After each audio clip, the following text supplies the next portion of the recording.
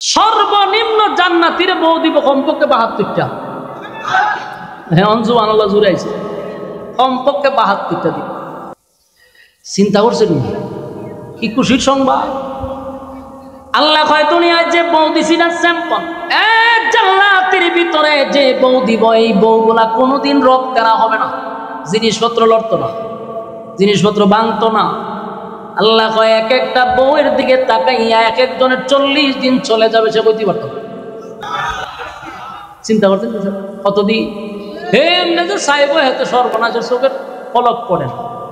এত সুন্দর, এত সুন্দর একটা হুর যদি, একটা বউ যদি খালি দুনিয়াত হাত বাড়াইতো, সূর্যের আলো জাগাত বন্ধ হয়ে যেত। কেমন সুন্দর দুনিয়ার ভিতরে যা দিছে সব স্যাম্পল। আল্লাহ কয় ওয়ালাল আখিরাতু খায়রুল লাকা মিনাল উলা। দুনিয়ার স্যাম্পল যা দিছি কোটি কোটি গুণ বেশি আমি পরকালে বরাদ্দ রাখছি। দুনিয়াতে যাদের বাড়ি আছে ঢাকা শহরে 8 তলা 10 তলা 20 তলা, এটাও স্যাম্পল। আল্লাহ কয় জান্নাতের ভিতরে এক একজনে বাড়ি দিবে এই পৃথিবীর 10টা পৃথিবীর সমান রাজত্ব। সুবহানাল্লাহ, এই পৃথিবীর 10টা পৃথিবীর সমান এক একটা জান্নাত হবে। সুবহানাল্লাহ। ই ওয়াজ আগে করলে সুশীল সমাজরা কইতো এটা কিতা কয় হুজুর, হয় কিতা, এটা হাসা হয়নি। এখন যখন গবেষণা করছে দেখে যেই পরিমাণ জায়গা আছে 10 টাকারে এই পৃথিবীর 1000 সমান দিলেও জায়গা পুরাবে না। বিজ্ঞান বিশ্বাস করে এখন। কথা বুঝতেছেন? আল্লাহ বলেন সর্বনিম্ন 10টা পৃথিবীর সমান জান্নাত দিবে, বউ দিবে, গাড়ি দিব, বাড়ি দিব, নারী দিব, কোনো জিনিসের অভাব নাই। সুবহানাল্লাহ। তবে দুনিয়া হলো স্যাম্পল। আল্লাহ বলেন ওয়ালাল আখিরাতু খায়রুল লাকা মিনাল উলা। বন্ধু, আপনাকে আমি যা দিছি কোটি কোটি গুণ আপনার জন্য পরকালে আমি বরাদ্দ রাখছি গো নবী। এই কথা বলতেছিল। এরপর আল্লাহ বলেন ওয়ালাসাউফা ইউতিকা রাব্বুকা ফাতারদা। আমার যুবক ভাইরা, আয়াতের দিকে যদি লক্ষ্য করি বোঝা যায় এই সূরাটাই নাজিল হয়েছে যেন আল্লাহ নবীরে খুশি করবার লাগে। আল্লাহ কয় ওয়ালাসাউফা ইউতিকা রাব্বুকা ফাতারদা। বন্ধু, আপনার আমি অচিরেই খুশি করব, অচিরেই এমন খুশি করা করব গো নবী, যত দিব আপনি খালি খুশি হবেন। দিতেই থাকবো, দিতেই থাকবো, দিতেই থাকবো, খুশি না হওয়া পর্যন্ত বন্ধ করব না। তাফসীর কারকরা বলেন এর দুইটা ব্যাখ্যা হইতে পারে। একটা হয়তো মক্কা বিজয়, আর একটা হলো মেরাজের রজনী।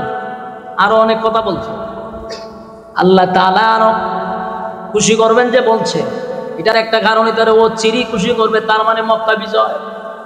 অথবা ওই যে আল্লাহ 7 আসমানে ইনভাইট করছে, দাওয়াত দিয়ে নিছে না 7 আসমানও, এটার শস্য সংবাদ হয়তো বা নবীরে বুঝাইছে। আরেকটা কারণ হতে পারে কিয়ামতের কঠিন ময়দানে বন্ধুকে খুশি করার জন্য আল্লাহ বলবে বন্ধু আজকে আপনাকে আমি শুধু খুশি করব। বলুন আপনি কেমনে খুশি হবেন, কি দিলে খুশি হবেন? আল্লাহর হাবিব তখন বলবে মালিক আমি ততক্ষণ না পর্যন্ত খুশি হব না যতক্ষণ আমার উম্মত সব জান্নাতে যাবে না। নবীর খতম।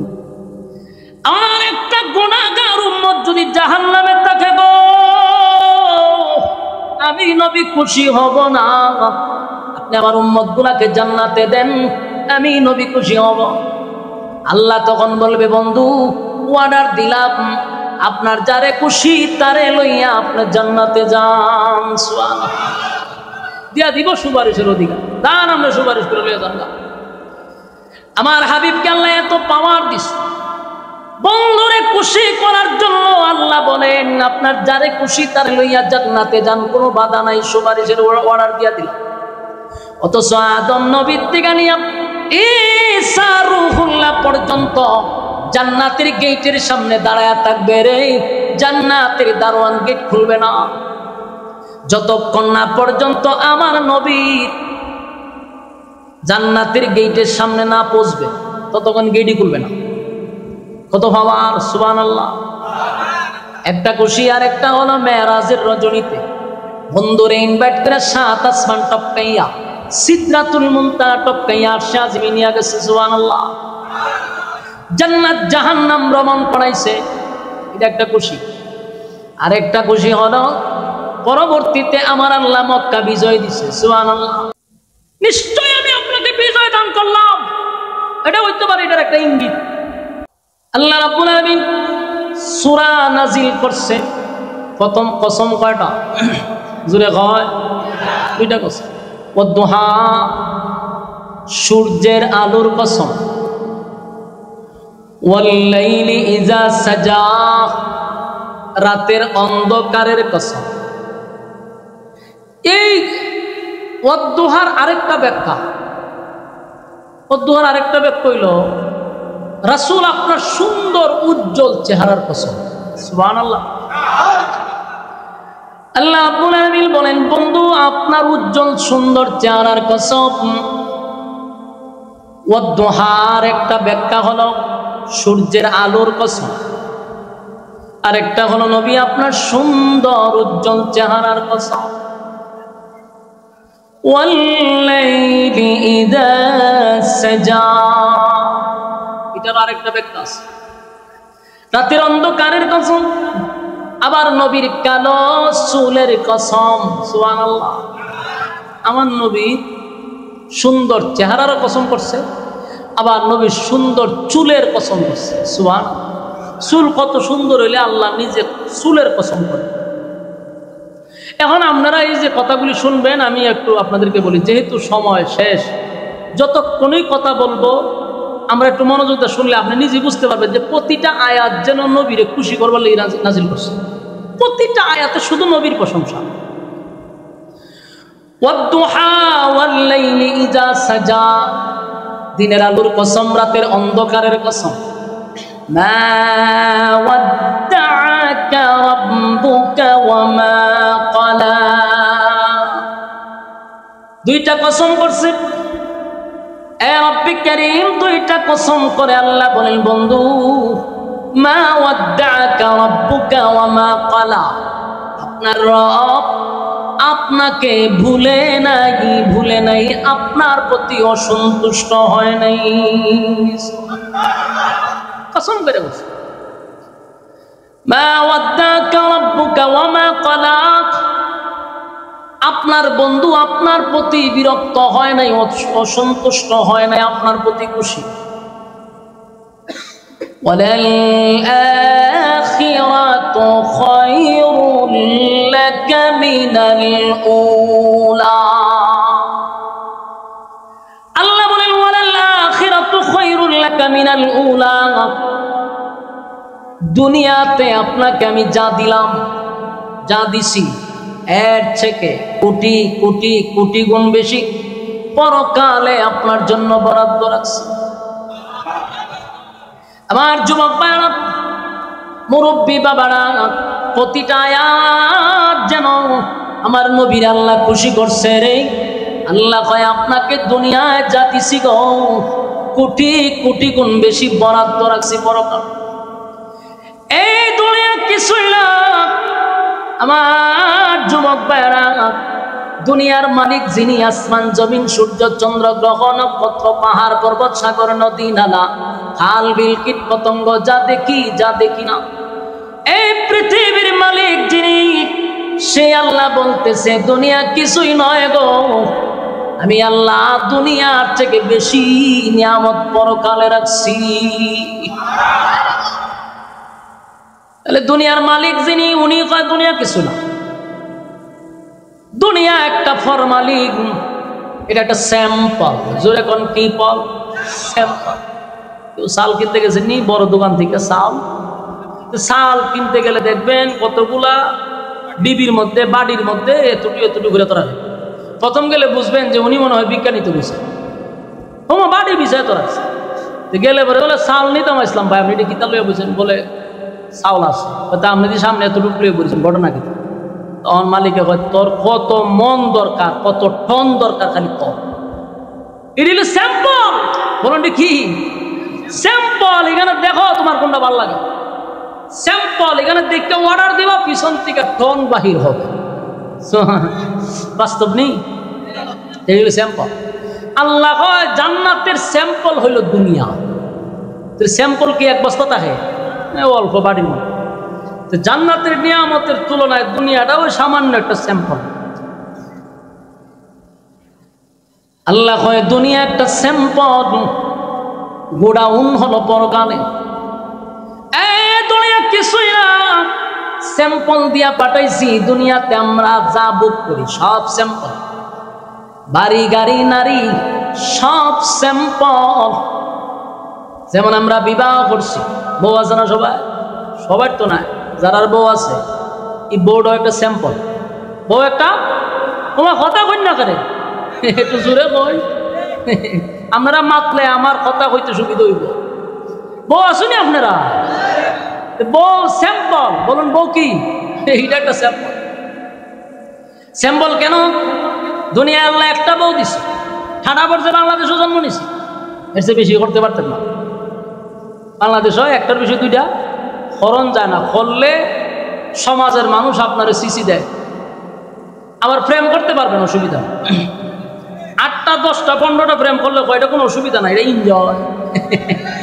এনজয় এক বয়সী তো পোলা মানে করে আর বিয়া যদি আপনি 2টা করেন হালাই লুচ্চা এর চরিত্র ভালো না চিন্তা করছে হালাল জিনিসটারে কয় কয় হে লুচ্চা আর হারাম করে কয় এনজয় কই বসবাস করেন রে ভাই বাংলাদেশ আল্লাহ কয় দুনিয়াতে দিছি স্যাম্পল দুনিয়ার বউ যে আমরা নিয়ে সংসার করি এটা স্যাম্পল এটারে দেখলে বুঝবেন এর থেকে কোটি গুণ আল্লাহ বউ রাখছে জান্নাতে দুনিয়ার সৌন্দর্য এটা স্যাম্পল দুনিয়ার বউ আর জান্নাতের বউর মধ্যে বেশ কম আছে না নাই দুনিয়ার বউ যত ভালো হোক আর ফিরের বউ হোক রগ একটা তেরা রগ একটা তেরাতা আর যতই বুঝান যত ভালো আজকে দেখবেন রগ তেরা হয়ে গেছে গা যদিও ঝগড়া না করে বালা বলে তো ঝগড়া টোকা করে না কিন্তু জিনিসপত্র লড়াচড়া করে এবার টাসটুস টাসটুস শব্দ করতেছে বুঝবেন যে রক্তের হয়ে গেছে গা লক্ষণ খারাপ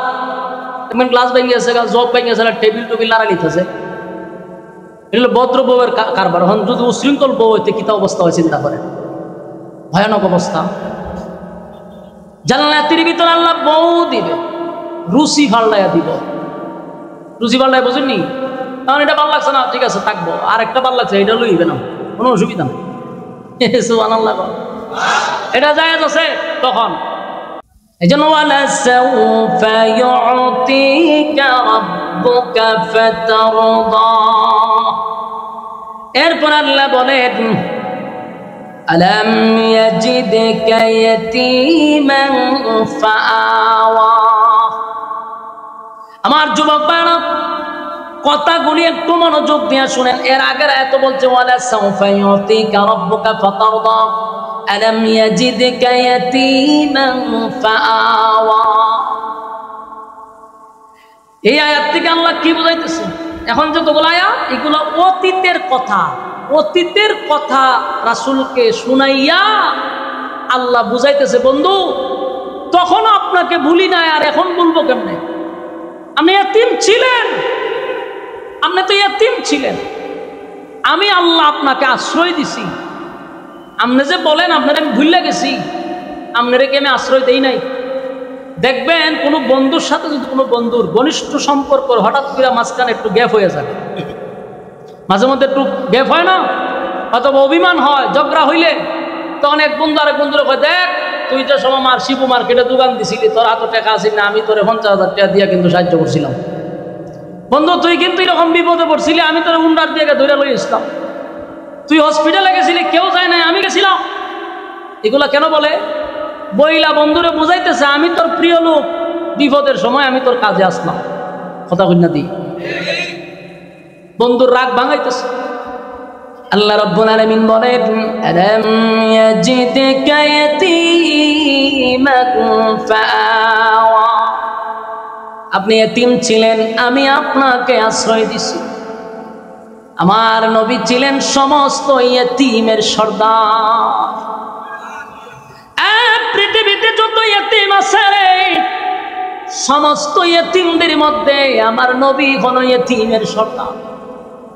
ইয়েতিমের সবচেয়ে বেশি দুঃখ আমার নবীর থেকে কেউ বুঝে না। তাই আল্লাহ বুঝাইতেছে বন্ধু ইয়েতিম ছিলেন, আলাম ইয়াজিদকা ইয়াতীমান ফাআওয়া,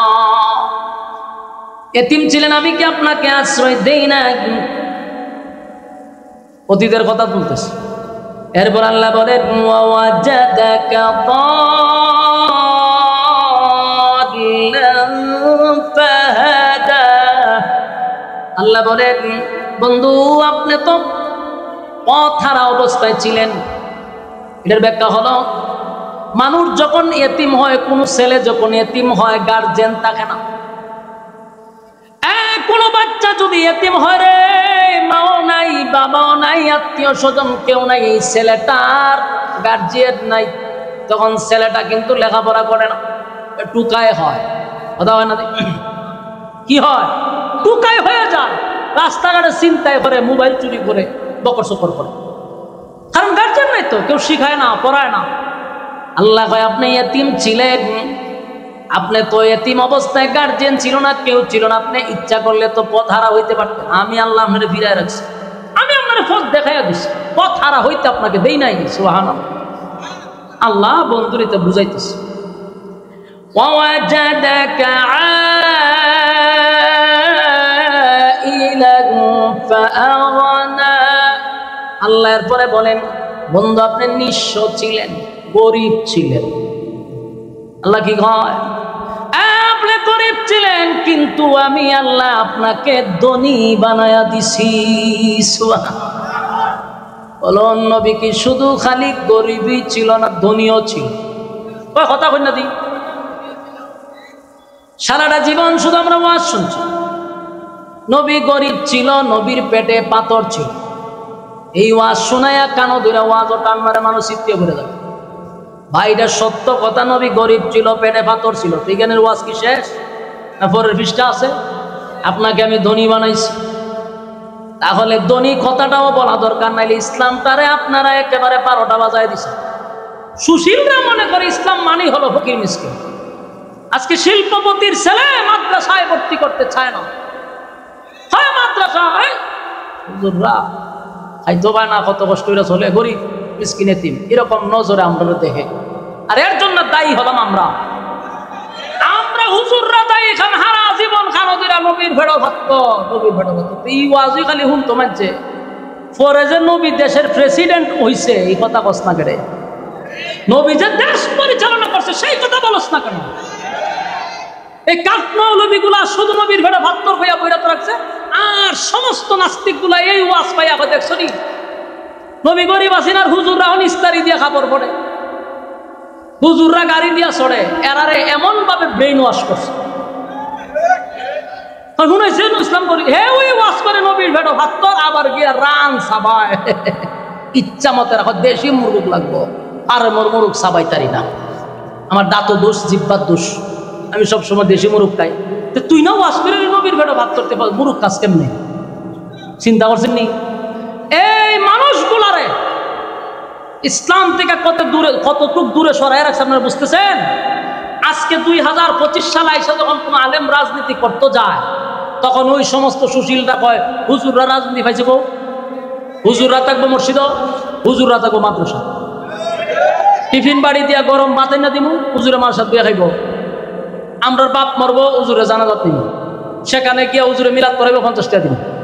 হুজুরের হাম তুইটা হুজুর কেন রাজনীতি করতো?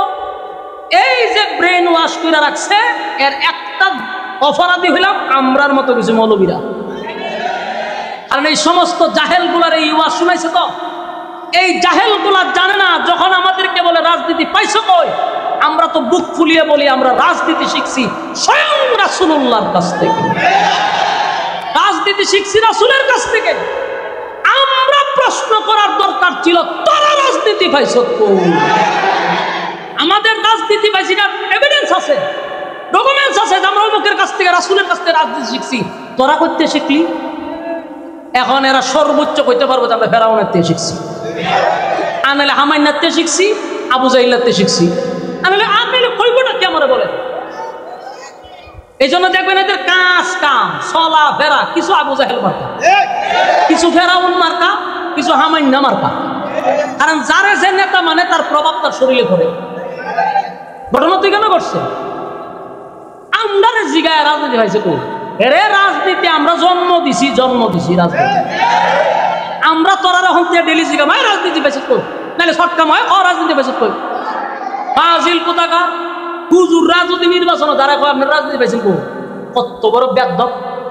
আমরা রাজনীতি পাইছি তুই জিজ্ঞাস কা? আমরা তোর আরে জিগা মোহন থেকে হ্যাঁ ভাই সব রাজনীতি চুপচাপ মাথা নিচু দিয়ে করে দেবে গিয়া, ঠিক মাথা ভাতলা বেশি ভাতটামি করে। বাস্তব না বাস্তব? অনেক দুষ্ট আমি আর দিয়ে লাভ নাই। দুষ্ট আমার মৌলবীর মধ্যে আছে, মৌলবী খানা ধরে ওয়াজ করছে নবী গরিব এটা ভাত এমন মানুষেরা খান্দাইছে সব সিত্তিয়া মিত্তিয়া চোখের পানি ফালাইয়া মুহুক মুচ্চা বাড়ির যায়, যে একটা খানদানি খান্দাইছে নবী ভেড়া ভাত করে। আবার হুজুরে মুহুক মুচ্চা গিয়া হয় দেশি মুরুগ আছে, তুই ওয়াজ করলে কি আর খাইলি কি? খাওয়ান আর ওয়াজ তো মিলল না রে ভাই। বাস্তব না বাস্তব? এই সমস্যার একমাত্র কারণ হলো আমরা। আল্লাহ কয় আপনি গরিব ছিলেন ধনী বানাইছি। আমার নবী দেশের রাষ্ট্রনায়ক ছিল, প্রেসিডেন্ট ছিল, দেশ পরিচালনা করছে। নবীর পর আবু বকর দেশ চালাইছে, হযরত উমর দেশের প্রেসিডেন্ট, আবু বকর দেশের প্রেসিডেন্ট, উসমান দেশের প্রেসিডেন্ট, আলী দেশের প্রেসিডেন্ট।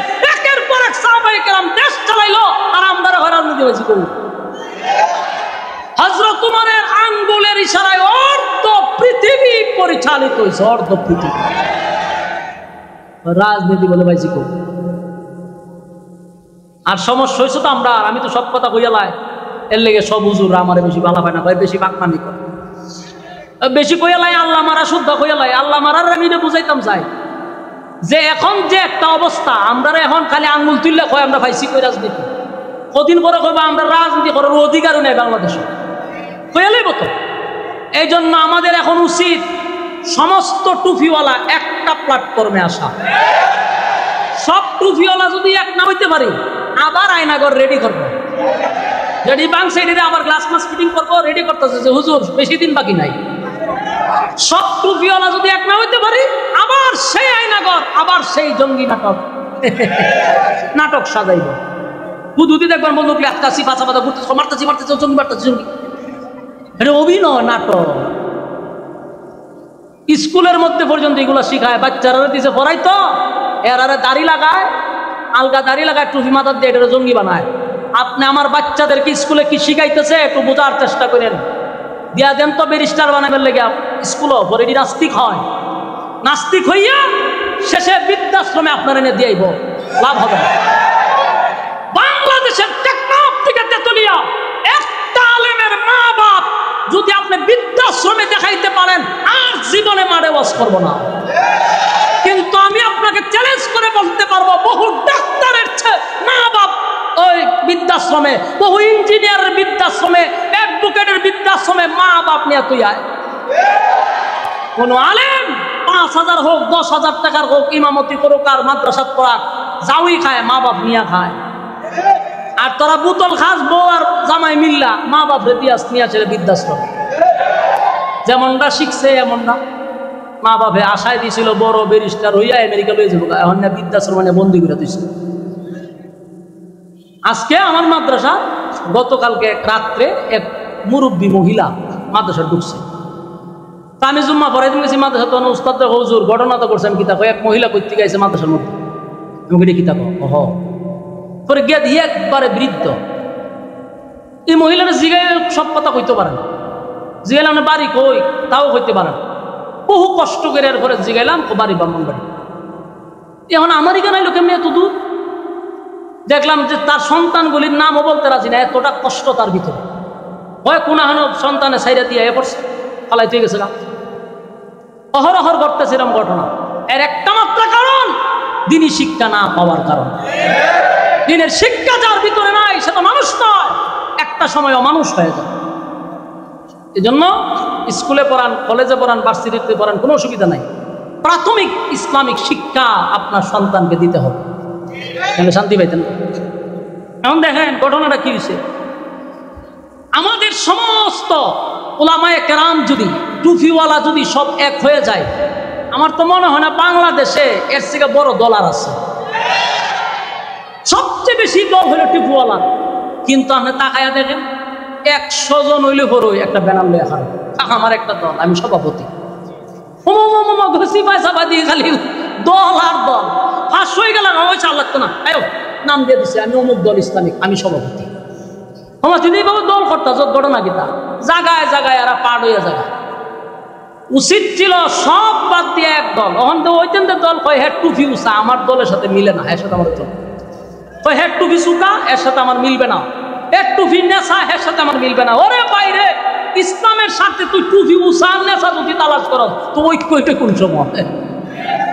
চিন্তা করছে এগুলা আমাদেরকে করাইতেছে, কোটি কোটি টাকা ব্যয় করতেছে মৌলবীদের মধ্যে ফাটল সৃষ্টি করার লেগে সকৌশলে। কিন্তু আমরা কয়েকটা সিটের জন্য দালালি শুরু করে দিচ্ছি। এই দালালের গোষ্ঠী, দালালগুলি এখন পর্যন্ত আমাদেরকে এক হইতে দিল না। কয়েকটা সিটের জন্য গাদ্দারি করতেছে জাতির সাথে। আরে ভাই আকীদার গোষ্ঠী কিলান আপনি? সে তো কোরআন মানতেছে, আল্লাহ মানতেছে, রাসূল মানতেছে। আকীদার জায়গা তাক, ইসলামের সাথে সব এক হতে হবে ইনশাআল্লাহ। আমাদের মধ্যে কোনো ভেদাভেদ থাকবে না। একজন বুকে হাত বাঁধে তারে বাঁধতে দেন, হ্যাঁ বাঁধো, অসুবিধা না। একজন টুপি 5 হাত লম্বা লাগাইছে, রে পড়তে দেন, অসুবিধা কি? এটা কি ইসলামের মূল বিষয়? একবার যে হাত নাই ওখানে নামাজ পড়তে দেন, আমরা হাত বুকও বাঁধতে চিল্লা ছিল, এখন হাতই নাই কি তা করবো? আমার কত হলো একজনে দাঁড়াইয়া ক্যাম করতেছে, রে ক্যাম করতে দেন, একজনে পয়সা দূরত করতেছে, পড়তে দেন। আমার মূল জায়গায় এক হতে হবে। আল্লাহ এবং রাসূলের ক্ষেত্রে, কোরআনের ক্ষেত্রে আমাদের এক আছে কিনা এটা আমাদের দেখার বিষয়। এই ওখানে আকীদা বলে বালা না, হের বালা না, হের বালা না, এগুলা কইরা বিপদ আমাদের ডেকে আনতেছে। আমাদের বিপদ আমরা ডেকে আনতেছি। প্রত্যেকটা বার আমরা জাতির কাছে টিস্যুর মতো ব্যবহার হচ্ছে। আলেমরা হলো টিস্যু। এই যে 5ই আগস্টে এতগুলা আলেম মারা গেল, ছাত্ররা শহীদ হইল, কি বুঝেন আপনারা? এতদিনের এড়ালাইছে কি বুঝছেন? আমি যতটুকু বুঝছি, ছায়ের পয়সার দাম আমরা এরা দেয় নাই। কোনো একটা মিটিং এ ডাকলে কোনো আলেমরে ডাক দেন, অথচ আমরা রক্ত দিলাম, আমরা ডাকে না। আমাদের নামটা তারা টকশুতে বলতে চায় না, চ্যানেলগুলিতে আমাদের নাম বলতে রাজি নয়। আলেমরা শহীদ হয়েছে কথাটা বলতেও রাজি না। একমাত্র বাহিরের দেশে একজন হিন্দু লোক পিনাকি ভট্টাচার্য কিছুটা আলেমদের পক্ষে কথা বলতেছে, একজন হিন্দু লোক এসে। আর আমরা মুসলমান নামদারি বেশগুলো আলেমদের নামই নিতে রাজি না, অথচ রক্ত দিছে আলেমরা। বারবার কোনো বিপদে বললে আমরা চাপায়ে গেছি আপনাদের পাশে, আজকে আমরা মাইনাস করে দেয়। তো এটার একমাত্র দোষ আমাদের, আমরা টিস্যু। সবসময় টিস্যু হয়ে থাকার দরকার নাই। যদি কাঁধে কাঁধ মিলাই কসম খোদার, এই বেদ ভাঙ্গার সাহস কারো নাই, এই বাদ ভাঙ্গার সাহস কারো নাই। রাজি আছি তো ইনশাআল্লাহ? আল্লাহ বলেন ওয়াজাদাকা আইলান ফাআগনা, আপনি ধনী গরিব ছিলেন, আমি আপনাকে ধনী বানাইছি। এখান থেকে বোঝা গেল শুধু গরিব নয়, নবীর আল্লাহ ধনীও বানাইছে। আম্মা জান খাদিজা ওয়াটার সম্পত্তির মালিক ছিল। আম্মা জান খাদিজা উনি কিন্তু একজন শিল্পপতি মহিলা ছিল। নবীর কাছে বিবাহ বসার পরে, ইসলাম ধর্ম গ্রহণ করার পরে আম্মা জান খাদিজার যত সম্পত্তি আছে সব নবীর জন্য দিয়া দিছে। আম্মা জান খাদিজা বলেন, পয়গম্বর আমার যত সম্পদ আছে সব ইসলামের জন্য আমি দিয়া দিলাম, আপনার যেখানে মনে চায় সেখানে আপনি খরচ করবেন। সুবহানাল্লাহ। আমার যুবক ভাইরা, আল্লাহ রাব্বুল আলামিন তার বন্ধুরে খুশি করার জন্য এইভাবে একে একে সব কথাগুলি তুলে ধরলেন। ওয়াজাদাকা আইলান ফাআগনা, আপনি গরিব ছিলেন, আপনাকে আমি ধনী বানাইছি। এরপর আল্লাহ বলেন ফাআম্মাল ইয়াতীমা ফালা তাকহার, এখানে আরেকটা কথা করো। আল্লাহ বলেন বন্ধু আপনি এতিম ছিলেন, তাই এতিমের প্রতি আপনি কঠোর হইয়েন না। এটা শুধু নবীকে বলে নাই, কিয়ামত পর্যন্ত সমস্ত উম্মতি মুহাম্মদীকে উদ্দেশ্য করে আল্লাহ বলেন, এতিম যারা আছে রে তাদের উপরে কঠোর হওয়া যাবে না, তাদের উপরে বিরক্ত হওয়া যাবে না, তাদের হক নষ্ট করা যাবে না, তাদের সম্পত্তি মাইরা খাওয়া যাবে না, এতিমদের প্রতি কঠোর হওয়া যাবে না। আজকে কোটি কোটি কোটি কোটি টাকার মালিক, ঢাকা শহরে বাড়ির অভাব নাই, টাকা পয়সার অভাব নাই, বাড়ির পাশে এতিমরা না খাইয়া ঘুমায়, বাড়ির মালিকের খবর নাই। আল্লাহ বলে, বান্দা শোন, টাকা দিয়া পরীক্ষা করি, কাউরে গরিব বানায়া পরীক্ষা করি রে, কাউরে টাকা বাড়ি গাড়ি দিয়া পরীক্ষা করি। একদিন আমার কাছে আসতে হবে, হিসাব আমার কাছে দিতে হবে।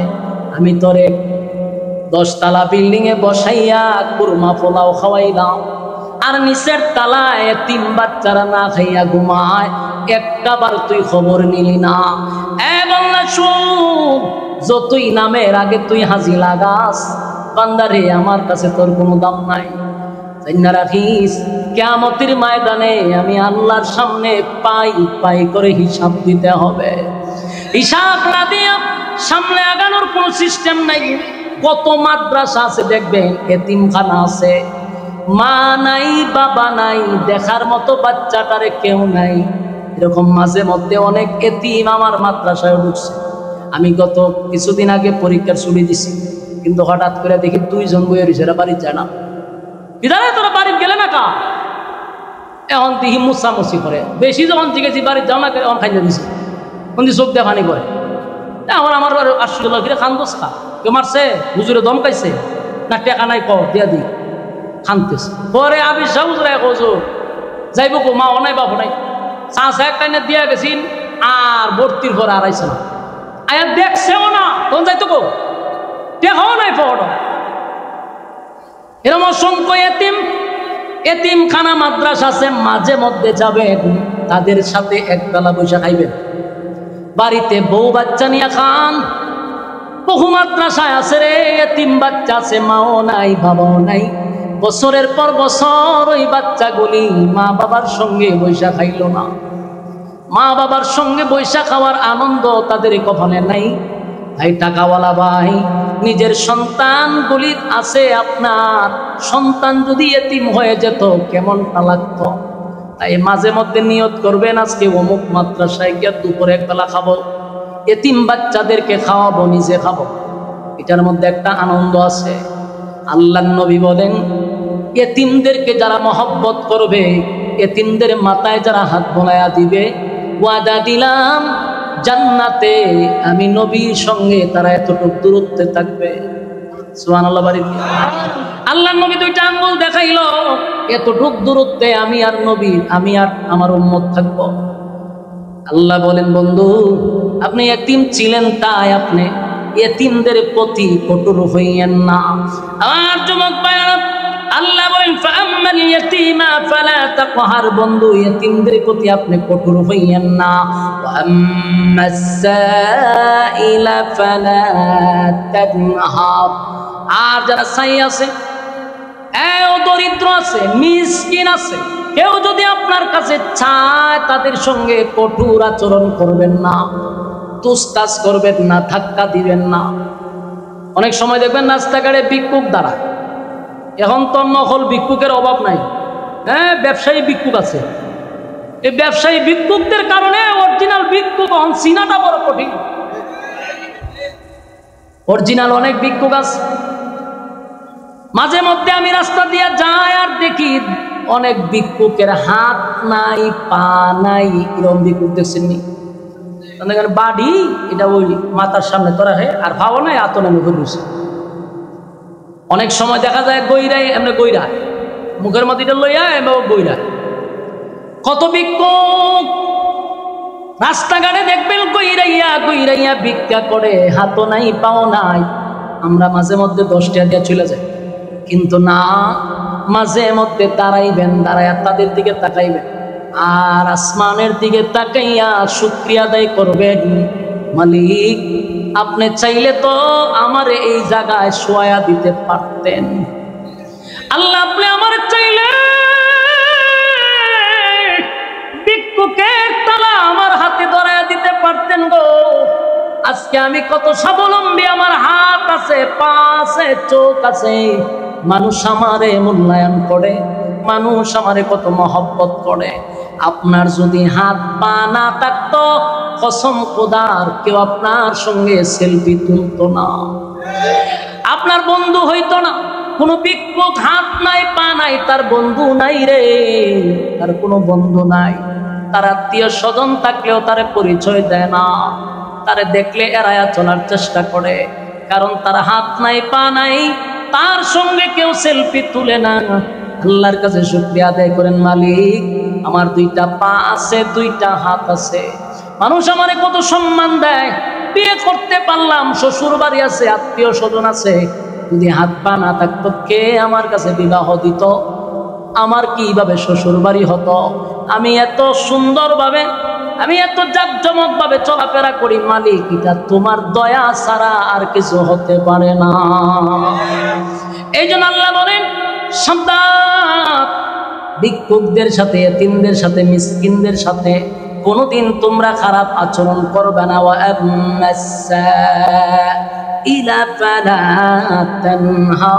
সাবধান, কঠোর ভাবে তাদের সঙ্গে কথা বলা যাবে না। এরপর আল্লাহ বলেন,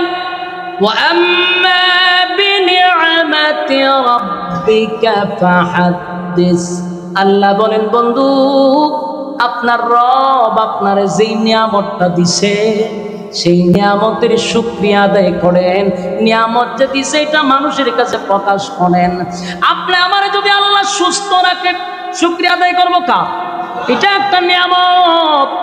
আপনি মাসে মাসে টাকা কামান, আপনার বাড়ি আছে, গাড়ি আছে, এটা কোনো দোষের কিছু না। একটা মানুষের যদি প্রশস্ত বাড়ি থাকে, গাড়ি থাকে, বউ থাকে, তার থেকে ভাগ্যবান আর কেউ হতে পারে না। শেষ দুনিয়ার সবচেয়ে সুখী মানুষ যদি আল্লাহর গোলামি করে। গা বাড়ি যদি 20টা থাকে ঢাকা শহরে, আর যদি আল্লাহর ইবাদত বন্দি করে, তাহলে কি দোষের কিছু? কথা বলেন, ইসলামে কি আমরা কইছে গরিব হয়ে থাকতে? আপনারা আছে, আপনার শান শৌকতে চলেন না কা? এই সমস্যার থেকে বাইর হয়ে আসতে হবে। আমরা এমন একটা বাপ ধরি, পাঞ্জাবি ফিসাদা বলতে বলতে উপরে উঠছে, তাই না? আল্লাহওয়ালা বুজুর্গ তসবি জোরে সুবহানাল্লাহ, অথচ 5 টাকা একটা ইস্তারি দেওয়া দেয় না, বুজুর্গ কি বাপ? তা বন্ডামি ছাড়া আর কিছু না, এটি বন্ডামি। আমার রাসূল যদি আজকে 2025 সালে থাকতো, এক্সাম্পল, এখন যদি থাকতো, পৃথিবীর সবচেয়ে দামি হেলিকপ্টারটা রাসূল চালাতো, স্বর্ণ দিয়ে হেলিকপ্টার বানাই দিত উম্মতেরা, ঠিক কিনা বলেন?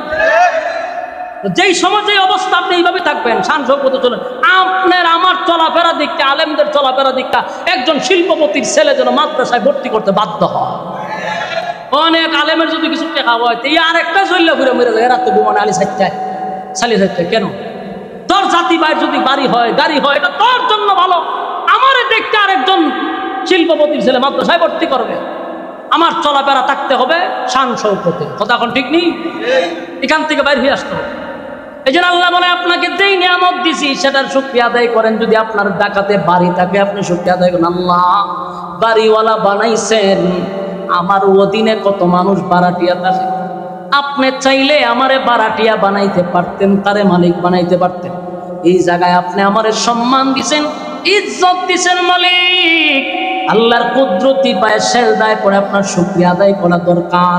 আমার যুবক ভাইয়েরা, প্রত্যেকটা নিয়ামতের জন্য শুকরিয়া আদায় করা দরকার। যাদের চক্ষু নাই, আমরা আজকে আসমান দেখি, জমিন দেখি, সূর্য দেখি, চন্দ্র দেখি, মা দেখি, বাবা দেখি, আত্মীয় স্বজন দেখি, যারা জন্ম অন্ধ পৃথিবীতে আসলো রে, কিন্তু পৃথিবীর সৌন্দর্য তারা দেখতে পারল না, এমনকি আপন মা বাবারেও তারা দেখতে পারে নাই। তাই আমরা আল্লাহর কাছে বেশি বেশি করে শুকরিয়া আদায় করব। রাজি আছি? কারা কারা রাজি? হাত তুলে দেখায়। লিল্লাহি তাকবীর, নারে তাকবীর। রাজি আছেন ইনশাআল্লাহ? আর ইনশাআল্লাহ মাদ্রাসার প্রতি আমরা নেক নজর রাখবো। রাজি আছেন ইনশাআল্লাহ?